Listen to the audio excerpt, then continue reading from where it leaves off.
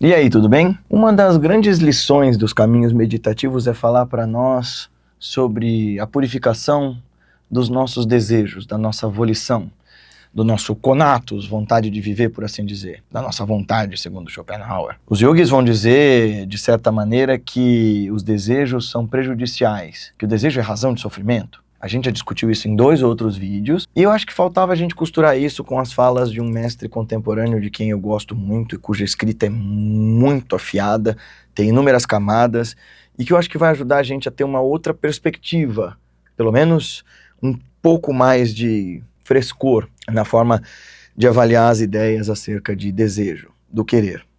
Até porque, depois do Freud, a gente legitimou o desejar, o querer.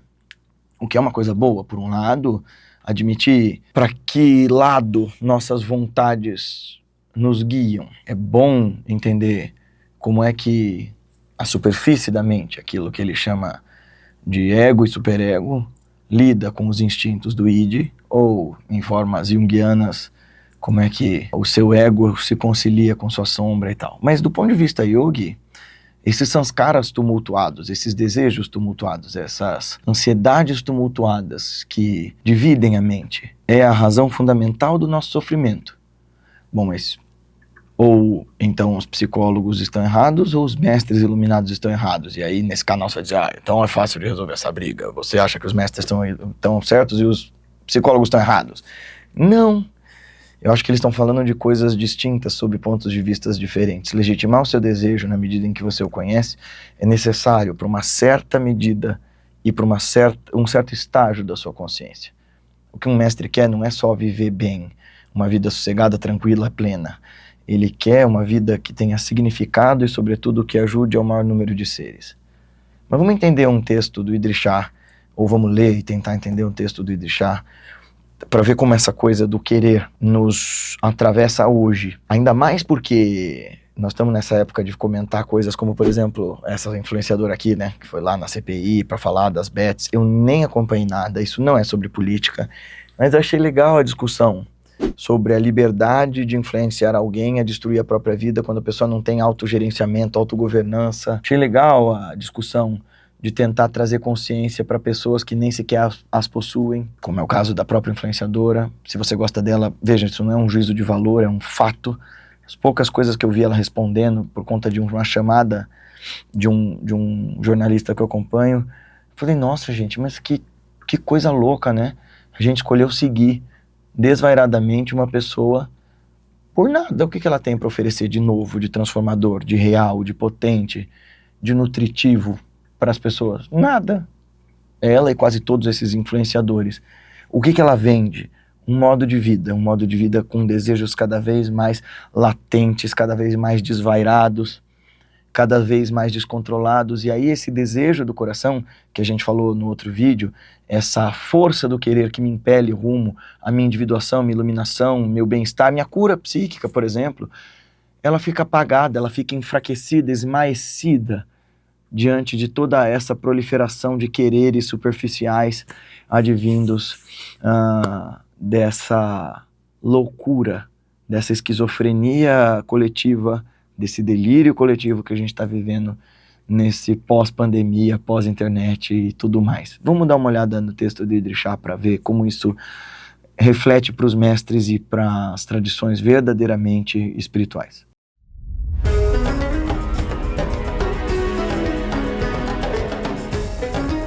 Seja bem-vindo, bem-vinda. De novo eu digo para você, se você puder, clica no sininho para receber as notificações, se inscreve, clica no gostei, se inscreve, coloca no comentário de alguém. Agora, porém, acerta a sua postura e ouça comigo com atenção. Presta atenção na sua respiração e ouça com atenção. Antes da gente começar a leitura, queria convidar vocês a olharem para dentro. Então, se quiser meditar com a gente aqui no Instituto Revolução de Si, tem práticas gratuitas às quartas, tem o Raja Yoga em Revolução de Si aos domingos de manhã, no horário de Brasília, com acesso às aulas anteriores, das leituras e comentários sobre vários shastras e textos sagrados. E nós vamos relançar o curso mais completo em língua portuguesa sobre a meditação nos centros, nos lokas, nos centros de energia, os chakras, e logo, com várias surpresas e brindes e tudo mais. Aguarde! Antes também de eu começar a leitura, me desculpa a voz rouca, essa fumacinha é só para eu continuar inalando o óleo de melaleuca e ver se melhora um pouco, mas a terra girando não se pode parar. Beijos, Pete. Na verdade, o meu algoz não me deixa parar de gravar, viu? Né? Eu desejo não ter desejos. Pergunta que fizeram para o Idrissá. Conta-se que o grande Sufi Bayazid teria dito: tudo o que desejo é não ter desejo algum. Esta parece ser o tipo de observação mística que os pensadores orientais são famosos por fazer. Mas isso significa alguma coisa? E em caso afirmativo, o que significa? Aí o Idrissá responde: desejo significa, para as pessoas comuns, querer alguma coisa, e está sempre relacionado ao egoísmo, por mais dissimulado ou sancionado socialmente. Eu vou ler tudo e depois vou explicando, tá bom? Tem sido frequentemente observado, por exemplo, que pessoas que parecem ser altruístas estão, na verdade, obtendo satisfações com essa postura. Bem, de acordo com os sufis, você não pode ser pago 2 vezes pela mesma coisa. Nesse contexto, essa afirmação significa que se você deseja algo e tem prazer em sentir esse desejo, você já foi pago. Mesmo que você fique profundamente excitado emocionalmente no que parece ser outra forma, não agradável por desejar, você ainda assim está sendo pago pelo estímulo emocional. Os sufis também sustentam que o desejo desse tipo refreia as pessoas. Elas obtêm satisfações ou alimentam o seu desejo até ficarem satisfeitas ou cronicamente insatisfeitas. Mas, prosseguem eles, para além disso, existe uma forma de progresso, compreensão, percepção, que está velada, obscurecida pelo desejo. Por essa razão, Bayazid procura evitar o desejo. Coisas mundanas, aí incluídos os estímulos emocionais, que muitas vezes são imaginados por pessoas muito devotas como sendo religiosos, são buscados por meio desse desejo, dessa cobiça. Prova disso é o fato de que a coisa desejada adquire uma grande importância na mente da vítima. Assim como alguém que deseja posses, importância, reconhecimento, honras, sucessos. Para distinguir objetivos reais de secundários, os sufis disseram: a importância de algo está em proporção inversa à sua atratividade. Este é o paralelo da negligência com que muitas pessoas muitas vezes fracassam no mundo comum em reconhecer os eventos, invenções ou descobertas importantes. Que isso seja apreciado em questões do dia a dia, talvez seja evidenciado por essa afirmação que apareceu em um jornal londrino recentemente, isso em 79. A importância de um assunto pode ser julgada pela falta de interesse por ele. Agora vamos parte a parte. Ele afirma que sim, que existe um significado para a história do Sheikh Bayazid quando ele diz tudo que deseja é não ter desejos. Aí ele explica, olha, desejo para as pessoas comuns, eu, você, os filósofos e as pessoas que não entendem o desejo como essa força de Icha Shakti, como diz os tântricos, né? Como esse poder, essa força motriz da existência, a volição, o grande devir do universo. Para nós, desejo é o desejo contraído, é o pequeno desejo, é o desejo por pequenas coisas às quais eu adiro, às quais eu crio aderência, para afirmar minha própria noção de quem sou eu. Eu afirmo quem eu sou nessa correspondência entre coisas desejadas, coisas conquistadas, coisas almejadas, coisas invejadas. E a lembrança do que passou em torno desses pegue-pagues do mundo. E aí ele diz, olha, desejo é sempre alguma coisa relacionada ao egoísmo, eu quero para mim, como na história que eu contei no vídeo passado, se você não assistiu, assista.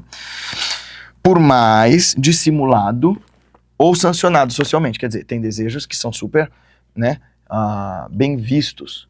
E isso muda de acordo com o tempo. Por exemplo, na época do Idrissá, esse discurso do self-made man estava começando a aparecer com a Margaret Thatcher e o Ronald Reagan, né?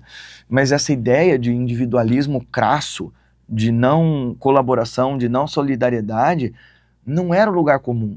Existia egoísmo no mundo como sempre existiu, mas as pessoas não sancionavam socialmente isso, né? Elas agiam egoisticamente, mas elas achavam feio fazer isso.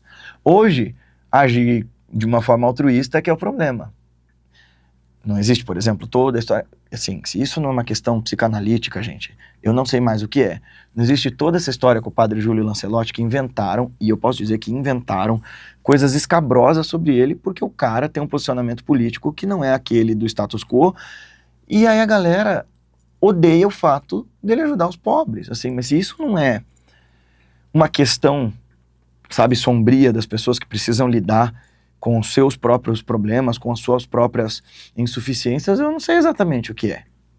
Bom, de novo, você que eventualmente seja contra ele, tenta pensar sobre isso. Se ele defendesse o seu espectro político, e se estivesse inventando coisas contra ele, e se ele estivesse só fazendo o que Jesus mandou, por exemplo, como isso ia te pegar se o outro lado, a esquerda nesse caso, o atacasse assim? Então, o desejo tem a ver com o egoísmo. E a gente se incomoda quando alguém tenta sair desse padrão egoísta e absolutamente infantiloide de viver pelo hedonismo. Então, o desejo sempre tem a ver com o egoísmo, com conquistar coisas. Que as pessoas dão joinha. Veja, o discurso hoje desses coaches todos não era o discurso vigente antes. E o discurso de 50 anos atrás não era o discurso vigente um século antes. Em algum tempo da história, era bonito e sancionado socialmente abdicar da sua vida para servir a Deus como um monge, uma freira, ou servir a um rei, ou dar sua vida para um rei, e a gente foi entendendo que isso não era o legal. Mas eram desejos das pessoas da época.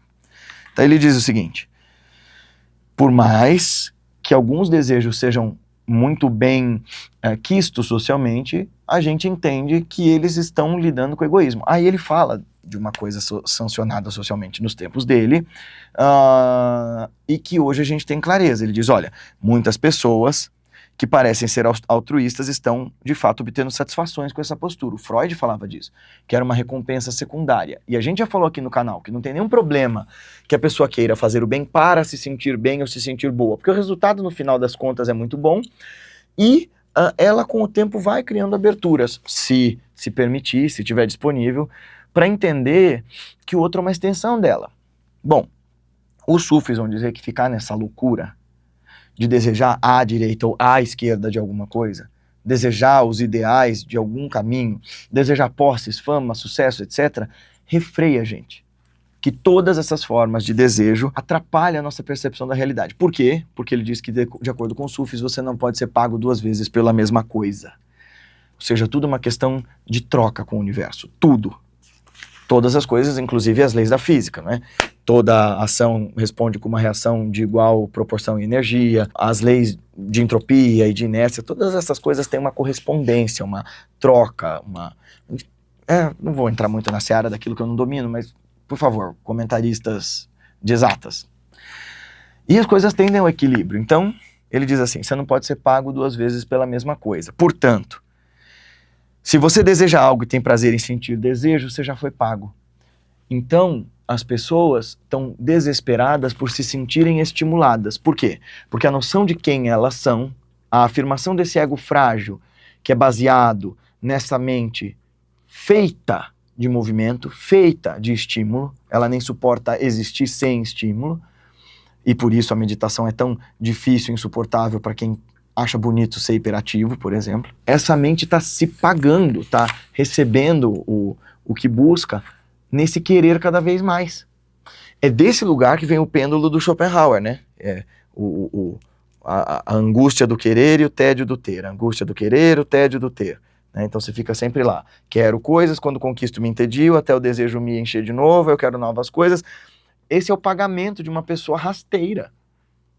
De 99% da humanidade, talvez, incluindo eu, você e você, Zubumafu.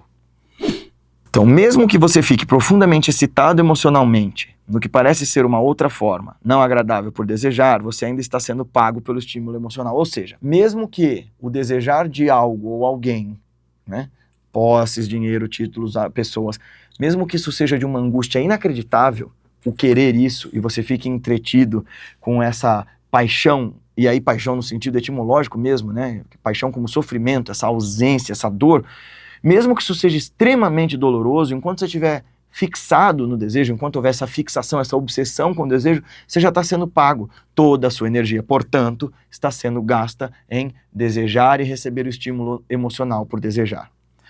Os sufis também sustentam que o desejo desse tipo refreia as pessoas. Elas obtêm satisfações, ou alimentam seu desejo até ficarem satisfeitas, ou cronicamente insatisfeitas. Essa é a dinâmica. Ou elas ficam ganhando coisas, ou elas se entediam, ou elas ficam angustiadas na novelinha de sempre querer algo que nunca foi alcançado. Queria ser famoso, queria ter sucesso, queria me divorciar, mas nunca tive coragem. Você nunca nem falou isso pra pessoa que tá com você, ela nem sabe. Então, essa tortura emocional também é algo que a mente egóica e distorcida quer, porque nessa tortura ela se fixa e se afirma. Eu sou o portador desse desejo, eu sou o portador desse sofrimento, eu sou o portador dessa história e dessa angústia e dessa falta e desse querer ou desse prazer. Eu afirmo quem eu sou em torno desses estímulos. Prosseguem eles, além disso, existe uma forma de progresso, compreensão e percepção que está obscurecida pelo desejo. Você não verá a realidade, você não acessará a equanimidade, você não capturará a essência, não chegará ao centro enquanto você ficar nessa agitação frictiva, nessa demência do desejar, angustiado, nessa aflição.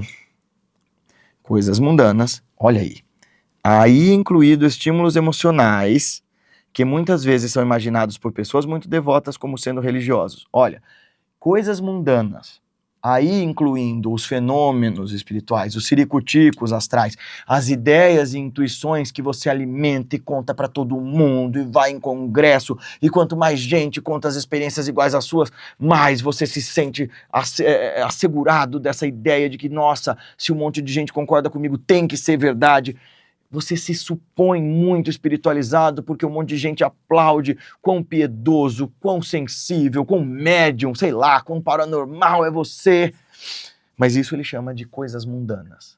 Isso é o que o Chogyam Trungpa chama de materialismo espiritual. É isso que ele denuncia nessa obra inteira e que a gente vai depois fazer um vídeo novo, que tem um lá atrás, mas nós vamos fazer um vídeo novo sobre trechos dessa obra para você ver quão significativa e essencial ela é para nós. Então, coisas mundanas como essas coisas que a gente supõe ser experiências espirituais por pessoas muito devotas, são buscadas por meio desse desejo, dessa cobiça. Ora, eu projeto no conhecimento espiritual e na experiência espiritual não uma fonte de alento, de conhecimento, de libertação. Eu procuro no caminho espiritual e nos seus adereços, nos seus brindes, nos seus pressupostos, eu procuro distinções, eu procuro selinhos que me tornem especial, que eu afirme ainda mais as categorias de isso aqui sou eu que tenho vidência, eu que falo com outros seres, eu que tô na 7ª dimensão dos passaroides, sei lá, arvoredos. Quem me falou disso foi o Douglas Flamino, dos passaralho lá, como é o nome? O Pessoa Pássaro, esse aqui, Pessoa Pássaro do Rick and Morty, como é o nome? Ô Douglas, responde aí embaixo, quem é que são os passaralho lá? A gente se sente super especial falando dos contatos com essas fontes, muitas vezes imaginadas, quase sempre imaginadas, para dizer assim, nossa, eu sou a pessoa que tem essas experiências, eu acumulo todas elas, esses estímulos que entram e saem na grande prateleirinha de coisas que me ajudam a ter uma ideia de que, essas coisas me dão feedback sobre quem sou eu. Enquanto houver essa apreensão, essa aderência ao acúmulo de experiências e estímulos para afirmar quem é você nunca vai saber quem é você. É daí que o desejo gera sofrimento. Prova disso é que a coisa desejada adquire uma grande importância na mente da vítima. Ou seja, aqui ele está dizendo, o desejo te captura, te sequestra, te sufoca, não faz você ver mais nada. E você só dá importância para aquilo. Assim como alguém deseja posses, importância, reconhecimento, honras e sucesso. Para distinguir objetivos reais de secundários, os sufis disseram, a importância de algo está em proporção inversa à sua atratividade. Bonito, bonita. Quantos de vocês, alunos aqui do Instituto, amigos meus, pacientes meus da terapia, falam assim, a minha prioridade é moksha. Não, a minha prioridade é autoconhecimento. A minha prioridade é isso aí que você ensina. Certo? E qual é a coisa que você mais faz? Trabalho, me entretenho, vou no jogo de futebol, faço qualquer coisa. Certo? E a sadhana? É tão difícil, né? É a minha prioridade, mas é tão difícil. Amigo, se é a sua prioridade, mas você não faz, então não é sua prioridade. Prioridade é, se eu tapar seu nariz e sua boca por um tempo suficientemente longo, você vai descobrir o que é prioridade. A hora que teu corpo, em cada célula queimando de ardor e de falta por oxigênio, fizer... aí você vai saber o que é necessidade. Então, quando você sabe o que você realmente quer, aí sim você consegue clarificar o desejo do coração, ir para o centro e tal. Até lá, a importância de algo está em proporção inversa à sua atratividade, ou seja, ir para retiro, sentar em silêncio, é muito pouco atraente para quem ainda não experimentou isso. Fazer esse trabalho interno que ninguém vai te aplaudir por fazer, só você vai ver você fazendo. É muito pouco atraente. No entanto, é o que te liberta das dores mais profundas, causadas por aqueles prazeres mais fugazes. Este é o paralelo da negligência com que muitas pessoas muitas vezes fracassam no mundo comum em reconhecer os eventos, invenções ou descobertas importantes. Por que ele fala do mundo comum? Porque quando você está sob o treinamento de um mestre, ele vai usar toda essa sua ignorância, todos esses desejos, tomando a forma que forem, para te ajudar a se desenvolver. Mas até lá, é melhor que você entenda como é que você deseja, por que é que você deseja e o que é que você deseja a partir dessa força, desse querer. Senão, o que você tem é esse labirinto complicado, difícil, doloroso. Mas, como a gente leu no vídeo passado, Hazarat Mevlana Rumi diz: aquilo que você procura está procurando por você. Aquilo que você deseja está procurando por você. Aquilo que você busca está buscando por você. Você e seus desejos são como o ímã e o ferro. Ambos são atraídos um pelo outro.